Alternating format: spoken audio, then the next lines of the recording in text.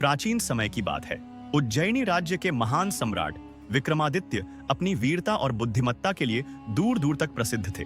एक दिन एक साधु उनके दरबार में आया और कहा, राजन, दक्षिण दिशा में एक उजड़ा हुआ छाया महल है। वहां वर्षों से एक रहस्य छुपा है जिसे आज तक कोई जान नहीं पाया।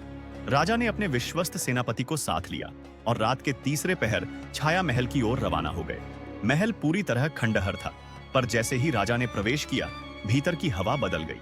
अचानक दीवारों पर दीपक स्वयं जल उठे और एक स्वर गूंजा, जो सत्य जानेगा वह कभी लौटेगा नहीं। सेनापति डर गया और भाग निकला, लेकिन राजा विक्रम निर्भीकता से अंदर बढ़ते गए। महल के अंदर एक विशाल दर्पण लगा था, जिसमें उसका प्रतिबिंब नहीं बल्कि एक और व्यक्ति दिख रहा था।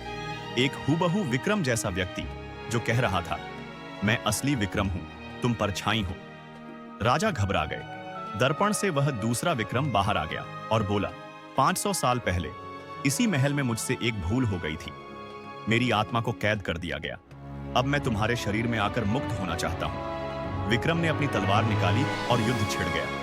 अंततः सत्य, साहस और चातुर्य से उन्होंने उस परछाई को हरा दिया। दूसरे दिन सूरज की पहली किरण के साथ महल ढह गया। विक्रम बाहर निकले, पर उनके चेहरे पर एक रहस्यमयी मुस्कान थी। लोग आज भी कहते हैं, असली विक्रम कौन था और क्या वह वाकई बच निकला?